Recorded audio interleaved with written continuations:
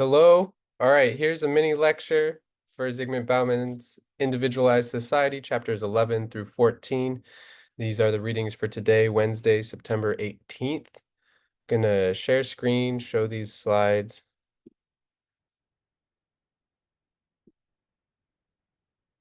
Okay. Oops. Let's go back to the beginning. All right.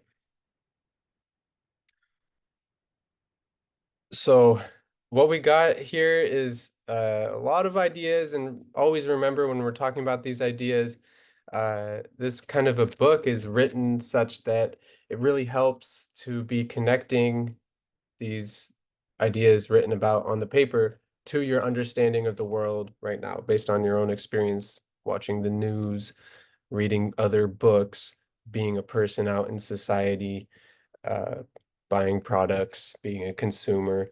All these ideas are just ideas if you're not connecting them to real understanding in your head. So that's an important step that hopefully you're doing while listening to this. And while I'm talking right now, a goal of mine is to just be doing my own connections and examples a little bit.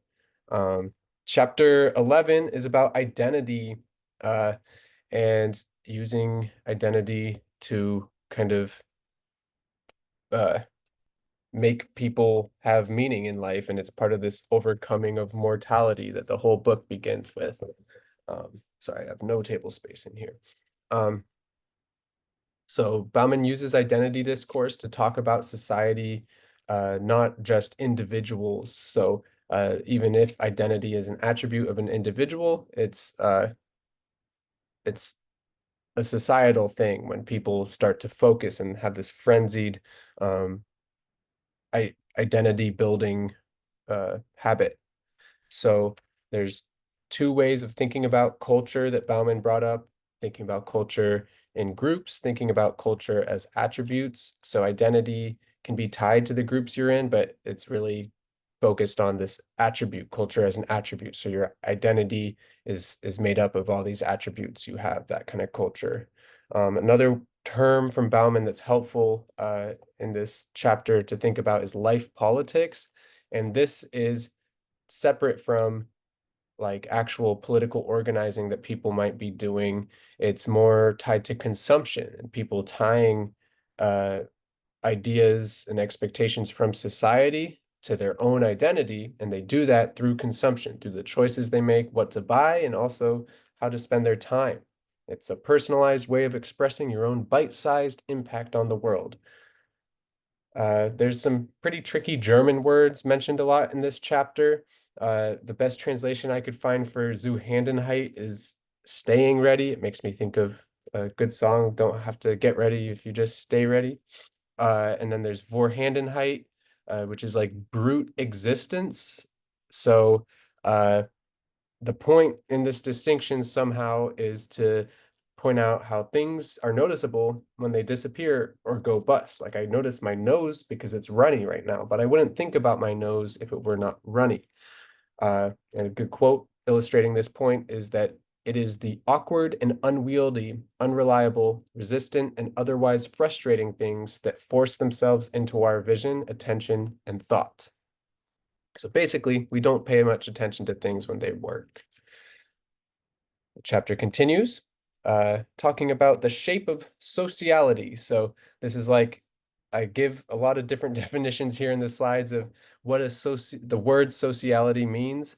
I did my best to define it as a measure of social action, the degree and nature of social interaction, and connectedness. Oh, heck yes, I found this.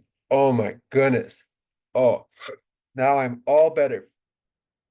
Uh, but Bauman's tying this idea of sociality to the task of individualization, this frenzied formation of identity that a lot of people are doing in order to carve out, a life for themselves, whether that's finding friends or finding a partner or finding a job. We have to be these consumable objects in a society of consumers.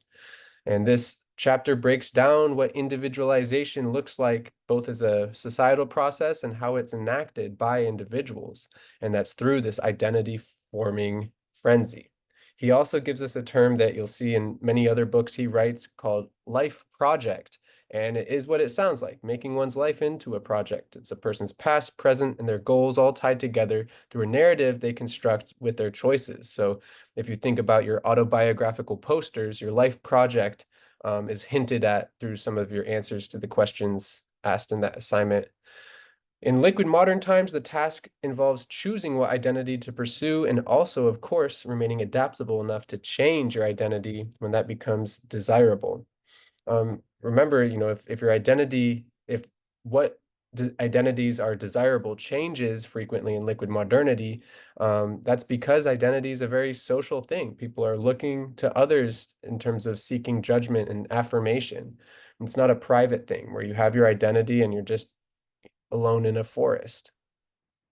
People freely choose their style, but in a social sphere where norms are connected to wealth, income, education, race, geographic location, gender, and many other factors. So in people's essays recently, there's a lot of, you chose an object to write about, but there's a lot of writing about society as almost this oppressive force on you, perhaps because of your identity characteristics being judged in a certain way in relation to the objects you wrote about. So I don't know if what I just said resonated or not with your own paper, but in the few I've started grading, I've noticed, oh yeah, people are talking about that. Another thing worth pointing out is how marketing and advertising helps shape people's decisions as consumers, and that also affects people's own identities, because what you buy affects how you view yourself, how you see yourself. I bought this shirt, and now I see myself as someone who wears this Columbia shirt. Uh, People react to us and socialize us. George Herbert Mead is a social psychologist, and people call him a sociologist too, from 100 years ago. And he had this concept of the looking glass self, where it means that you view yourself through the eyes of others. That also kind of echoes W.E.B. Du Bois and his double consciousness for African Americans who view themselves through the eyes of white people, this dominant mainstream society, and also through the African American perspective, which is a sublimated or oppressed identity. I got sidetracked, I'm sorry, but it's all about identity here. Um, the power that shapes the world is still global, but we as individuals act on a local level. And that's kind of a suggestion made by Bauman as to explain why people are kind of in this frenzied around identity formation. It's because you can do that actually. And in terms of changing the world, it gets a lot harder. And even in our own lives, things are more short term. It's hard to make a big life project and follow that without adjusting and staying adaptable. So the effect is that individualized consumers are less and less politically active, whether that's in a labor union or through a political party. And uh, we'll see in our next book that political action becomes more episodal and more hysterical and more reactive instead of following a big plan based on morals and values and goals for social justice or something. This is the last slide on chapter 11, and there's some good quotes. I won't read them. They're there for you to read when you're ready. Please do look at these slides in your own time or pause this video to read the quotes. And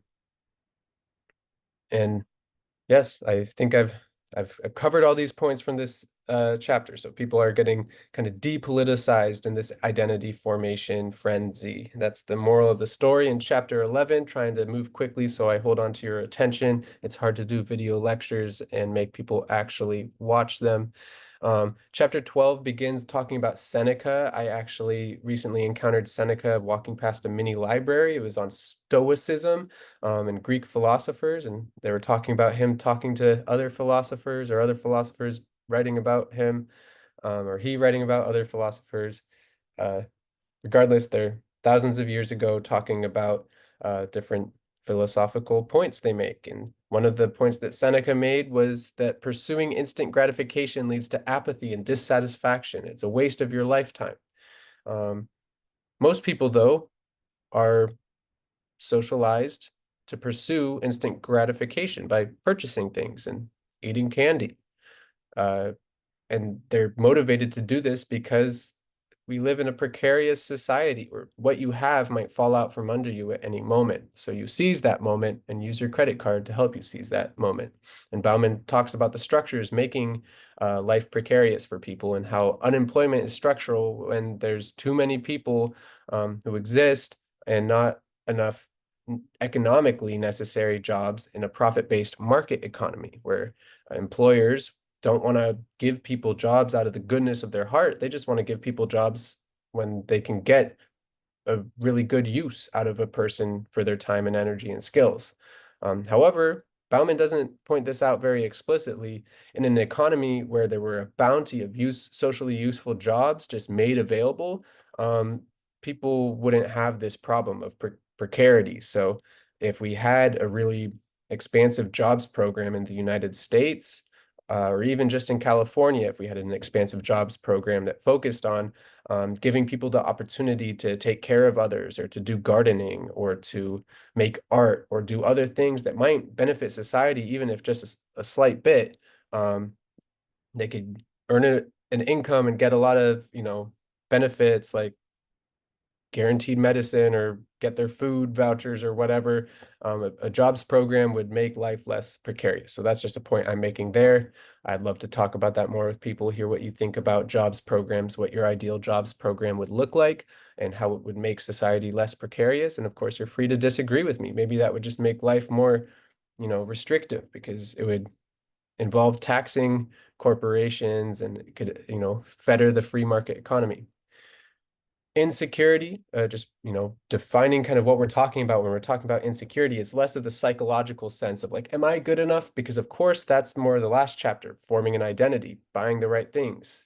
Think about high school and looking cool and, passing the judgment test of anonymous peers. Insecurity in the economic sense means uncertainty of your continuation of your position, your entitlements, and livelihood. Those are, I'm almost quoting Bauman right there. I should probably have a page number. And it's lack of safety. So it also coincides with Bauman has books written about how people scapegoat immigrants and scapegoat racial others or scapegoat religious others, cultural, ethnic others, and see them as dangerous enemies instead of the lack of safety really stemming from economic sources, usually. Because if you get thrown out of your home because you can't pay rent, then you're not living in a safe environment anymore if you're living in a car or living on the streets. So a quote here, in the absence of long-term security, instant gratification looks enticingly like a reasonable strategy, going back to the Seneca statement. Page 156 talks about people learning to treat everything and everybody as disposable. If you're living your life in shorter episodes, then you have to make peace with cutting off ties with others, even if they're your allies at one moment, you might get shipped to another part of the country because that's where the next job opportunity is, or maybe that's where you fall in love with someone and you lose your friends. Employers in an unstable labor market benefit from masses of people primarily being focused on short-term gains. So if people are more willingly moving for a job or more willingly uh, adjusting a whole lot of their life in order to keep a job, then employers have more leverage when bargaining with workers. Social bonds in a society like this are being consumed rather than produced. There's this like costs and benefits of social bonds where it's like, are you a useful friend? Are you still, providing value for me? If not, I'll stop responding. I'll not waste my time being your friend just out of the goodness of my heart. It's a colder, more antisocial world when the market rules everything. In this chapter, Bauman does return to the idea of mortality of individuals, gives kind of the connection through this idea of notoriety. That ties back to chapter 11 too, and identity. And if you want to have a well-regarded identity, you're chasing notoriety, and it's this instant and indifferent version of immortality, where you get known and seen and recognized by others. Immediate economic insecurity makes it hard for people to pursue any values that add substance to the sort of notoriety they pursue. Instead, it's just kind of like clickbaity type of things, whatever they can do to get people's attention in the immediate sense, not towards any cause. It's more just for the ego short term instead of for the cause long term. And we'll in our next book kind of explore more what this means at a societal level, and we can debate the extent to which Bauman's diagnoses are true to the society as we know it through our own experience. But Bauman's making this point that insecurity creates a panicked and distorted, disorganized society, where people disagree even about like what reality is. Of course, in the past in the world, there are people with different belief systems and opinions, but even just a few centuries ago, most places would be more homogenous religiously, and people would have that same existential belief system together, or maybe there were Christians and Jews living together. In southern Thailand, where I lived in the Khonsi Thammarat, it's pretty interesting. There's a decent amount of somewhat secular people who are not particularly religious, but maybe like culturally Buddhist. They go to temple for a holiday or to be polite and see their friends and family, but not necessarily meditating or praying a whole lot. But there's also over a third of the population that's Muslim, and the kids are learning Arabic on the weekends and trying, investing a lot of time and energy in that community and that belief system. And then there's some people who are more committed Buddhists, people who will spend some time living at a temple, shave their head, wear a robe, become a monk. Um, it's really, really interesting. And having one religion that's Abrahamic, so like Christianity, Judaism, Islam, all coming from Adam and Eve, and then one that's coming from the Indian subcontinent, the big two religions there being Buddhism and Hinduism, and there's Taoism in farther Eastern Asia too. That's kind of the main religions of the world, the Eastern religions and Western religions, as people talk about them. Chapter 13 is more about these belief systems, and comparing, and chapter 14 complements this well, to bring together these two ways of thinking, one that's just moral and one that's scientific, using rationality. And we tied rationality, of course, to bureaucracy earlier in this course when we talked about Max Weber.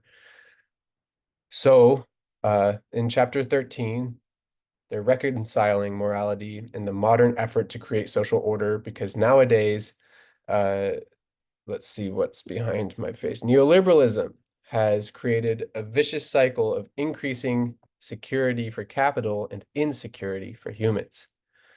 And then this is kind of like some logical things he's talking about, like setting the table for what we're talking about. What do these things mean? What is reason? What is love, as Bauman's talking about it in this book and in this chapter? Reason and love speak different languages that are not readily or easily translatable. Reason uses words. Love is beyond words. Love and reason don't address the same aspects of experience and do not pursue the same objectives. Reason prompts loyalty to the self, weighing of costs and benefits. Love prompts loyalty, solidarity to the other, and self-sacrifice for a common cause. Reason at its ethical best tolerates the other. Love would not stoop to that level. It wants solidarity instead. And what solidarity is this self-denial, self-abnegation, which is a tricky word. And I think abnegation already means self-abnegation, prioritizing oneself below or after others. And that may be necessary for solidarity. What strategies can help people resist divisiveness today, the division between all different small groups of people? So those questions are useful. We'll talk about them next week. Am I still on here? Cool. So despite these differences, Bauman starts talking about how morality and rational thought must team up in the face of neoliberalism. And he starts talking about ethics as this blank check. It's unspecific. And, when you're thinking ethically, you're thinking about just an orientation, a direction you're heading. It's not, a whole blueprint, a whole map of how you're going to get this outcome. That's more reason talking, if you're having a big blueprint. And ethics can come from religions. They can also come from social hierarchies too. So it's based on like a divine in Thailand. The king is considered, someone worth different ethics than a normal person. Or rationality and reason can help us to democratically determine the will of society. So we can determine what are these basic needs. We need water and air immediately. We need shelter that helps us stay alive. We need safety. Uh, we need food. I already mentioned that probably. But then beyond that, do we need Wi-Fi? Do we need transportation? What are our needs nowadays? These kinds of questions require reason. It's not just an ethical thing. Of course, there's a moral component of like, do you think someone should go into debt to see a doctor that's tied into this whole convo? Bauman then talks about some religious ethical philosophers, so Emmanuel Levinas and Nud Logstrup. His name has like some different O's. I couldn't figure out how to type that. So we've already learned about Emmanuel Levinas and his moral party of two, where to be moral is to prioritize the other. Uh, Ties it to one of the Ten Commandments, thou shalt not kill. The rest of them kind of relate to that. And uh, Levinas and Bauman tells us that Levinas interprets this to mean that we are required to live in the company of others with all the unknown, unpredictable consequences of that. So it involves some trust. It commands that we share lives, interact, and talk. This is a direct quote. All the rest remains unspecified, a blank check spelled the British way, yet to be filled by our actions. And it is this unspecificity which ushers us into the land of the ethical. So this is kind of big. I mean, he's talking about uh, ethics not involving too much certainty. If you're too certain, and we'll talk about this in chapter 14 a lot more, being sure of yourself in a way that's not just confident, but actually actively ignores other opinions and doesn't listen to others, then that's kind of using your own certainty as a cop out from the ethical demand, which is to think and consider others people's needs, perspectives. And Lookstrup adds, this vexing yet blessed unspecificity of ethical demand is that's what it is. It's a good thing that we have this uncertainty because it's like a homework assignment. We have to work at being ethical. It's not just saying, "Oh, I'm so good." You have to follow and practice what you preach a little bit. And then, yeah, certainty breeds irresponsibility. Uncertainty is a call for humanity, imagination, and insight, according to Lugstrup. So they combine to support Bauman's argument that blindly following orders from above is a terrible thing to do. It's actively throwing aside any moral consideration. And this is why, your own perspective, your own life experience is really important for making these ideas actually make sense and be actionable. Uh, Bauman, when he was writing about this, his most famous book is called Modernity and the Holocaust. Uh, and that, breaks down kind of how a lot of the atrocities carried out in the Holocaust were done by following a modern bureaucracy where people just look to their boss, and the boss says, "Hey, you got to kill 20 people, even if they're women, children, just shoot them. You're in the firing squad. That's your job. If you don't do that, then we'll fire you." And people following those orders say, "Okay, I'm not morally culpable. My boss is doing this. Sorry, you got to die," and then kill people. That's how really, really bad things happen. And he's connecting this kind of a neoliberalism where people are following directions from their own bosses and their own companies, privately pursuing profit, where we have all these externalities like climate change and geopolitical instability and mass poverty and just environmental degradation beyond just climate change. Infrastructure that's designed in a way that complements commodities like cars rather than people and living in a high quality life.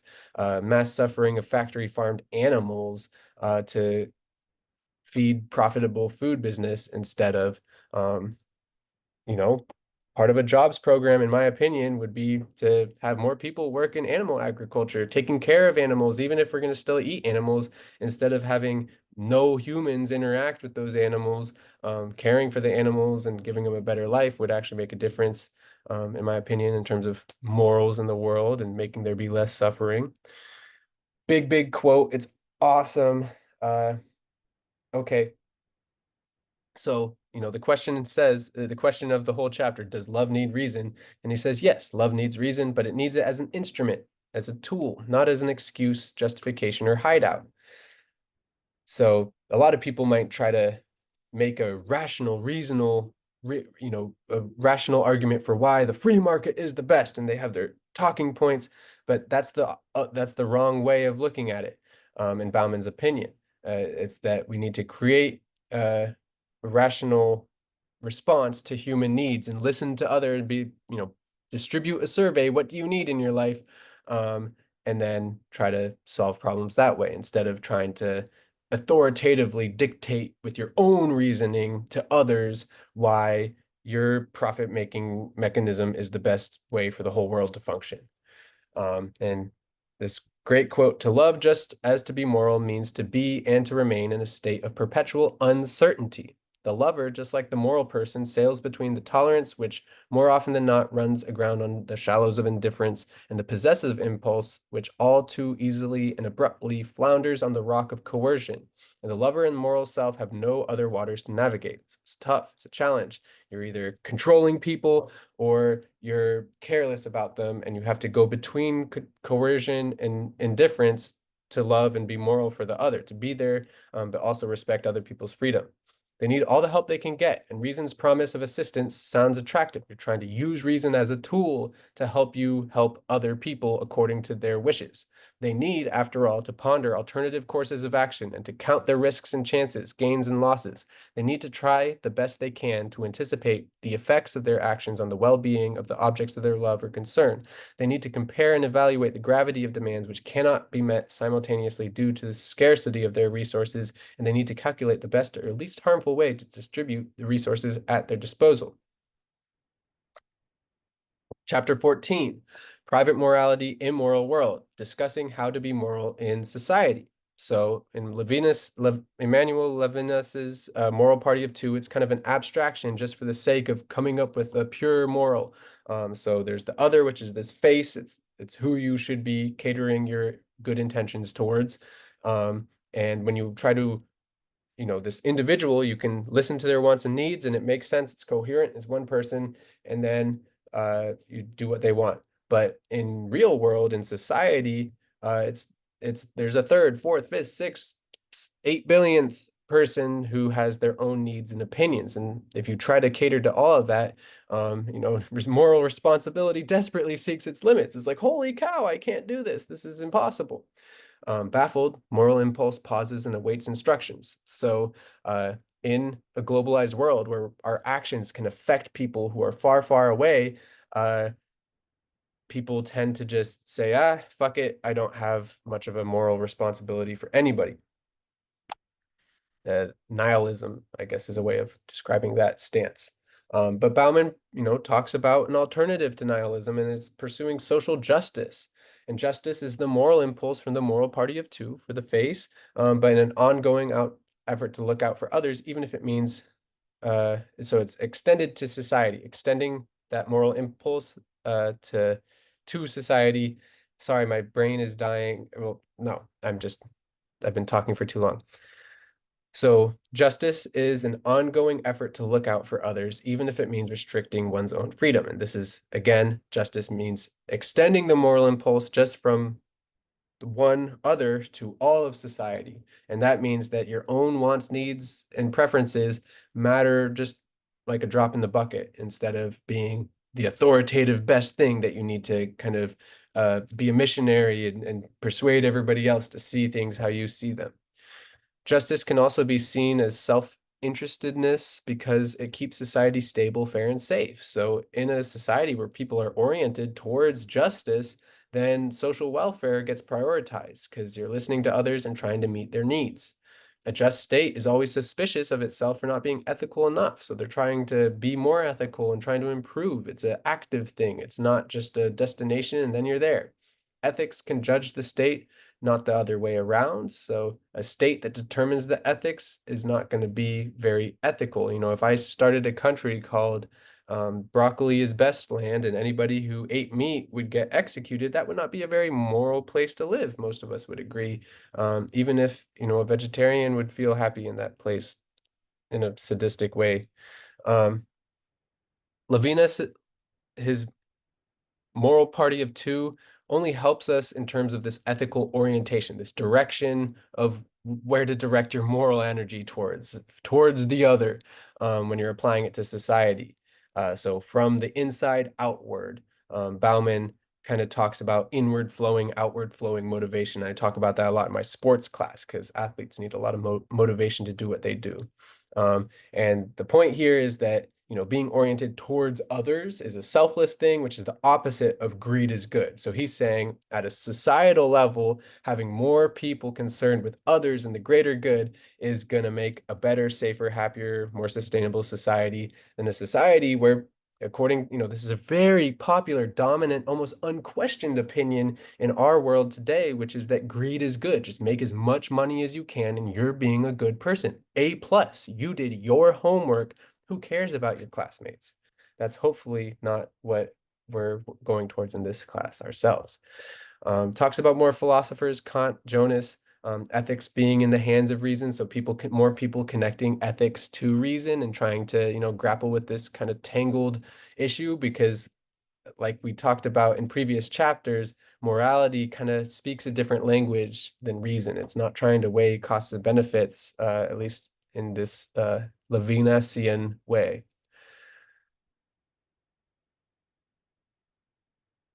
I've already mentioned some of these points. Another, catchphrase of Bauman is that the separation of power in politics is widening, and this is due to the mobility of capital, power, and information just traveling at light speed. Um, and yeah, he's critical of neoliberal ideology blindly worshiping the authority of markets and treating them as an ethical orientation, the way that I already talked about that when talking about the last slide. All right. Let me know if you have questions about page 188. So when information and capital can move without much effort across the whole globe, that does affect philosophers, the modern day people talking about ethics, like Bauman and other people like us in this class in a higher education institution. And it does create this kind of segregation in terms of how people like the reality that people perceive. Like some people are just talking about these really interesting ideas and others are stuck trying to survive. And Naomi Klein uh, creates this concept of mirror worlds, and she's comparing like people who take the COVID vaccine and people who are dogmatically anti-vax, or people who are just on other sides of divisive issues. That starts to be a trend in a liquid modern world where people have kind of polarized levels of power and experience in these turbulent waters. For the case of intellectuals, they become more individualized, just like other industries. People have to build their own personal brands as a researcher or a scholar. And for Bauman, that affects actually the ethics of the scientific knowledge being created because people are kind of creating this cheapened, just mass-produced knowledge just to get more publications. Um, it's important to note also in this mirror worlds thing, the reality that people are being fed through media oftentimes is just advertising, just stuff clickbait, stuff to keep people scrolling and looking at more advertising, rather than anything scientific or representing the genuine needs of others. It's just the needs of capital, money invested in advertising to sell more stuff, these business plans, in a world dominated by that practice of trying to extract money from consumers by telling them that something's cool, then they buy it. That's just not going to bring about a sustainable, healthy, happy planet. It brings about chaos, and talks about the state becoming whittled down to just a security service for mega companies. And we talked about that when we talked about neoliberalism, neoconservatism too. And there's this great quote on Plankton that I'll leave you with at the end of this video, page 196. I have a lot of stars. It also reminds me of Uncle Bob from the Web of Meaning, which is a book on our recommended book list. All right.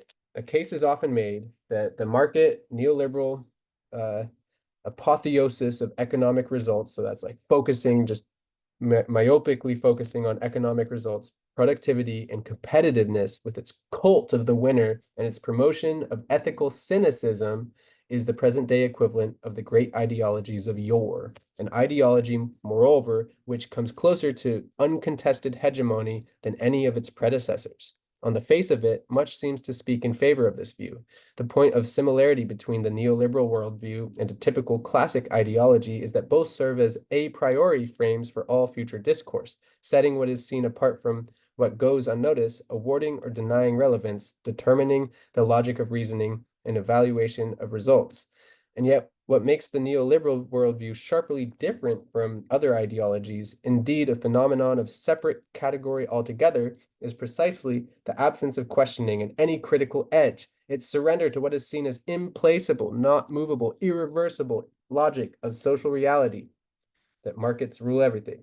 The difference between the neoliberal discourse and the classic ideologies of modernity is, one may say, the difference between the mentality of plankton and that of the swimmers or sailors. So neoliberal ideology is like, we're just plankton in the ocean, just floating around in markets. And other ethics and ideology is like, well, you're in water, but you can swim, you can do things, you're an active agent, changing things and shaping things. And to be moral is to try to change things and shape things according to the needs of others, in Bauman's opinion here. So yeah, this is, a lot of like philosophical stuff in these chapters. So it's going to be a challenge for us in class, in our class presentations during week 5 and our discussions during those presentations. We're going to unpack a whole lot of this and connect it to our lives, and I'm really excited for that. I hope that you made it to this part of the video. I hope I made sense while talking, and I'm going to go spend some time with my family. I hope you do the same with your friends on campus, and I'll see you next week. I might make another video for the rest of the book, but those chapters are, it's like kind of, we're at the climax of the book of like where stuff's really hitting hard, and there's still some more good points, but I won't emphasize them quite as much. So I may or may not post another video. We'll see. The main goal of mine was to do what I just did, and hopefully people watch it.